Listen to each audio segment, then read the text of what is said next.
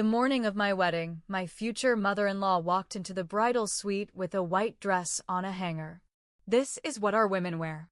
"That one looks cheap," she said, pointing to my gown. When I refused, she snapped, "Then don't expect to walk down my family's aisle." My bridesmaids froze. My fiancé was silent. I walked down the aisle alone. But I wasn't alone when I walked out with the minister and the certificate. I want to start by saying I didn't go into this thinking it would be a war. I just wanted to marry the man I loved. But when I look back now, maybe I should have seen the signs earlier. Maybe I was too hopeful, too soft. Maybe I thought love would fix what people refuse to. I met Jeremy at a corporate training event in Dallas. He worked in business development. I worked in HR. We weren't in the same department, but we ended up sitting next to each other during some long afternoon session about compliance. We started joking about how boring it was. He made me laugh. By the end of that day, he had my number. For the first year, things were easy. He was polite, thoughtful. He brought me soup when I had the flu, walked my dog when I had a migraine, took my mom out for dinner the first time he met her. Everyone told me he was a keeper. But the first time I met his mom, Marlene, something fell off. We had dinner at her house. She made baked chicken, mashed potatoes, and oversteamed green beans. Jeremy told her I was coming, but when I got there, she looked me up and down and said, "Oh, I didn't realize you'd be dressed so casually." I was wearing a blouse and jeans. I laughed it off, tried to smile, said it was nice to meet her. She gave me one of those tight grins and didn't really respond. That night, she spent most of dinner talking about her own wedding, how perfect it was, how she wore her mother's dress, how she didn't believe in trendy weddings. I was polite. I nodded, but I could feel the warning. She didn't ask me about my job. She didn't ask where I grew up. She just sipped wine and talked about family legacy. Jeremy didn't seem to notice. From then on, every time we saw her, she made comments. Small ones, but they chipped away. "She's very independent, huh?" She once said to Jeremy when she thought I wasn't listening. "She doesn't seem very Southern. I hope she's not one of those girls who doesn't want kids." At first, I laughed, told myself she was just set in her ways. But over time, it wore on me. The engagement made it worse. Jeremy proposed on our 3rd anniversary. Simple dinner. Rose petals. A speech about how he wanted forever with me. I cried. Said yes. Called my parents. My best friend. It was the happiest moment of my life. Until Marlene saw the ring. She held my hand up like she was examining a broken necklace. "It's very modern," she said. "We have a family stone, you know." I just assumed he'd use that. He hadn't mentioned any family stone. When I asked Jeremy about it, he said, "Oh, it's an old thing. She's weird about it. Don't worry." I should have asked more questions. The wedding planning became a silent war. She didn't like the venue. Too hip. She wanted a traditional church wedding. We picked a converted barn with a garden. She scoffed. She didn't like the food. She didn't like the music. She didn't like that I didn't want her wearing ivory. She tried to change the guest list behind my back. Tried to book a different photographer. She even called my florist and asked if we could switch to white roses instead of the blush ones I'd picked. Each time, I set a boundary. Each time, Jeremy told me to be patient. "She's just excited," he'd say. "She doesn't mean any harm." I started to wonder who I was really marrying. The final straw was the dress. I found the dress 6 months before the wedding. It was perfect. Lace, off the shoulder. A bit of shimmer, but not overdone. It made me feel beautiful, strong. I paid for it myself. I didn't tell Marlene a thing. The wedding day came. It was a Saturday in April. Sunny, clear. I woke up nervous, but happy. My girls and I got to the venue early to get ready. The bridal suite was quiet, full of makeup brushes, coffee cups, soft music. I was halfway through hair when the door opened. No knock. No warning. Marlene walked in, holding a long white garment bag. She didn't say good morning. She walked in like she owned the room, unzipped the bag, and held it up. A stiff, high-neck satin dress, like something out of a 1950s catalog. "This," she said, "is what our women wear when they marry into this family." I froze. My maid of honor Keisha stopped curling my hair. Everyone went quiet. She looked at my dress, hanging nearby. "That one looks cheap," she said. She said it so calm, like she was pointing out a stain. I stood up. "I'm not wearing that." Marlene didn't flinch. She looked me straight in the eye and said, "Then don't expect to walk down my family's aisle." I remember the way she said it. Cold. Final. Like she thought that was the end of the discussion. I turned to my girls. No one said a word. My cousin Laura bit her lip. Keisha looked at me like she wanted to throw hands, but she didn't say anything. I walked out, found my little brother, told him to get Jeremy. He showed up 10 minutes later. I told him what happened. I expected him to laugh, to defend me. He didn't. He looked uncomfortable. "Can't you just wear it for the ceremony? It's just 1 hour." That's when I knew. He wasn't going to stand up for me. He never had. He never would. I nodded. "Okay." Then I turned to Marlene and said, "You win. I won't walk down your aisle." And I left the suite. I walked out of that suite with no plan. My phone was in my bag. My wedding dress was still hanging on the rack. But my mind was clear. Something inside me had snapped. It wasn't anger. Not at first. It was something deeper. Cold. Still. I walked outside through the back garden. The sun was already heating up.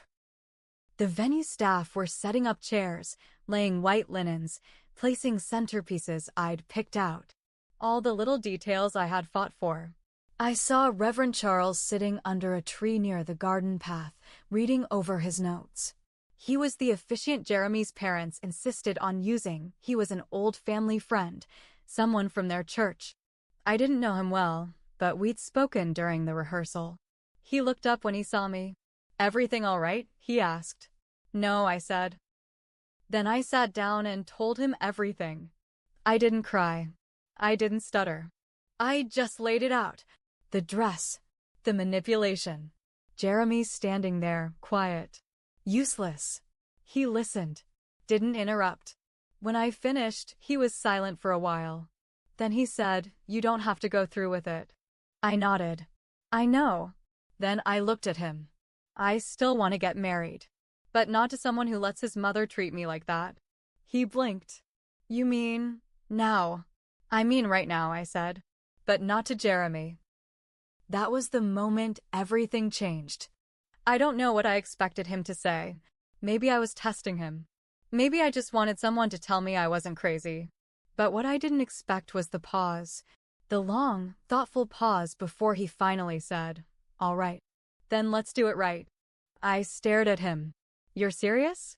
He smiled. Not a flirty smile. Not smug. Just calm. "You have your ID?" I did. I'd needed it for the license. It was in my clutch, still zipped inside my bag. The license was there too, signed by Jeremy, but not yet filed. Reverend Charles stood up. "There's a quiet spot in the garden. We can do it there." I thought about it for half a second. Then I said yes.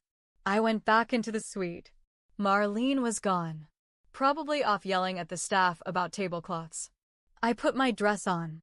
It felt heavier than before. Not because of the fabric. Because of what it meant now. I looked in the mirror. Then I walked back outside. No music. No flowers in my hand. No father walking me down the aisle. Just me. And Charles.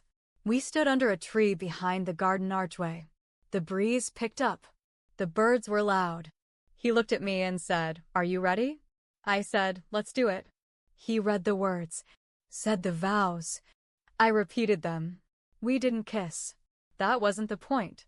He signed the license. So did one of the venue servers who had overheard everything and offered to witness. Then we walked back inside. calm, quiet. I told one of the staff that the ceremony was canceled. No need to gather everyone. They were still seating guests anyway. I left through the front, got into my car, drove to a hotel downtown. I texted my parents, told them I was okay, told them I'd explain soon. Jeremy called me 13 times that day. I didn't answer. That night, Charles texted me, asked if I wanted to talk. I said yes. We met at the hotel bar, had one drink. Then we talked for 5 hours. He told me he'd been divorced for 2 years. Said he stayed close to Jeremy's family out of obligation.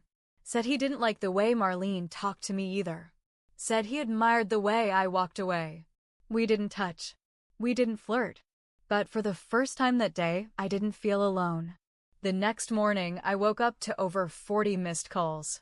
Jeremy, his mom, his sister, even one from his dad, who had barely spoken to me in 3 years. I didn't answer any of them. The messages started out confused, then angry, then begging. Jeremy's first voicemail, "Where are you? Are you okay? I don't understand. Call me." His second, "My mom told me what happened. I'm sorry, but you overreacted. This could have been fixed." Then the real tone showed up. "If you think walking out like that makes you look strong, you're wrong. You humiliated me." That one made my hand clench. But it was Marlene's voice message that told me I'd done the right thing. "You little girl." I told Jeremy not to trust someone who didn't understand family. But he didn't listen. Now everyone's talking. "You'll regret this. One day, you'll wish you had our name." That was the moment the idea hit me. I did have their name, at least on the marriage license, because I had never taken Jeremy off it. We had applied together. He signed it. It was valid. Charles, as a legal officiant, had signed it with a witness. I was, on paper, his wife. He just didn't know it yet. That Sunday, I went to the courthouse and filed the certificate myself. I used expedited processing. By Wednesday, I had the official documentation in hand. When I called Charles to tell him, he was silent for a second, then said, "Well, that's one hell of a twist." That same day, Jeremy showed up at my office. He walked right into the building, straight past the front desk. My coworker Tamika saw him and warned me before he got to my floor. I met him in the lobby. He looked wrecked. Dark circles, red-rimmed eyes, but still, somehow, defensive. "You had no right to embarrass me like that," he said. I didn't flinch. "I told you what she said. You let her disrespect me. Again. And again." He threw up his hands. "That was my family. You don't just walk away from that." I looked him dead in the eye and said, "You're right. I didn't just walk away." I pulled the folder from my bag and handed it to him. He opened it, stared. "What is this?" he asked. "Proof that we're legally married," I said. "You signed it." Charles officiated. I filed it. His mouth opened, then shut, then opened again. "You're joking." "No," I said. "But if you want out, we can file for an annulment." "I won't fight it." He just stared at me, then said the quiet part out loud. "My mom is going to lose her mind." I smiled. Good. That night, the real chaos began. Marlene showed up at my apartment, banged on the door. I didn't open it. I recorded the whole thing from behind the peephole. "She's dangerous," she yelled at the door. She manipulated the whole thing. 2 days later, I got a letter from a law firm. Marlene was trying to sue for fraud. Said I tricked her son into a marriage. Tried to claim I falsified the license. But they had no case. Because it was legal. Witnessed. Filed. She just didn't like that I did it on my own terms. By the end of the week, I sent my own letter back. Through a lawyer. Cease and desist for harassment. Audio recording attached. I posted a version of the story, just the broad strokes, on a wedding subreddit. It blew up. Thousands of upvotes. Hundreds of comments. People tagging it with "justice served" and "future ML from hell." But what I didn't expect was what came next. Someone sent me a message through Reddit. Said, check your officiance record. You may want to know what kind of man he really is. It was anonymous. Attached was a PDF. A disciplinary report from the church council in his previous town. Reverend Charles had been under review once before. I stared at the report for a long time. It was from a church in Tulsa, Oklahoma. Dated 3 years back. A disciplinary action against Reverend Charles for inappropriate personal involvement with a married parishioner. He wasn't defrocked, but he was asked to step down quietly. It felt like someone had punched me in the chest. I thought back to the night after the wedding. Our long talk. The gentle way he listened. How quickly he'd agreed to marry me, to support me without blinking. Had he known exactly what he was doing? I tried to give him the benefit of the doubt. I met with him in person. Asked him directly. His face changed the second I brought it up. I didn't manipulate you, he said, but his voice was too quick, too defensive. You came to me. You made your choice. I said, but you didn't tell me who you really were. What happened before? He said nothing, and in that silence, I realized I had walked away from one manipulative man, only to possibly fall into something just as twisted. I left. I didn't go back. I filed for annulment the next week. Didn't call Jeremy. Didn't explain. I sent the papers. He signed them without a fight. I think, deep down, he just wanted to forget I ever existed. But I couldn't forget. Because I'd made mistakes too. I ignored warning signs. I let things go too long. I trusted people who didn't earn it. I even used the marriage license to make a point, not out of love, but out of anger. I had wanted revenge, and I got it. But the fallout was bigger than I thought. My parents were shocked when they found out. My mom didn't speak to me for weeks. My dad said, I raised you to be stronger than this. To be smarter. It hurt. But they were right. I moved out of Plano. Got a job transfer to Austin. New apartment. New city. New start. For a long time, I avoided relationships. I stopped posting online. I focused on work, on healing, on learning to trust myself again. And then, almost a year later, I got an invitation in the mail. Jeremy was getting married. To someone else. A quiet church wedding. Small. Family only. I recognized the address. It was the church Marlene had wanted us to use. There was a handwritten note from his new fiancée inside. Just 3 words, thank you. See, I didn't go. But I smiled. Because I knew what that meant. He had told her the truth. Or at least part of it. Maybe my chaos had done more than burn things down. Maybe it cleared the way for honesty. For someone else to walk in with their eyes wide open. I'll never know if Charles meant to manipulate me or if we were just 2 broken people trying to escape a disaster. Either way, I learned. Love without truth is just a trap. Family without respect is just control. And revenge without healing? That's a cage too. But I got out. Scarred, maybe. Smarter, definitely. And next time, I'll walk my own damn aisle. With no one waiting at the end, but the life I choose.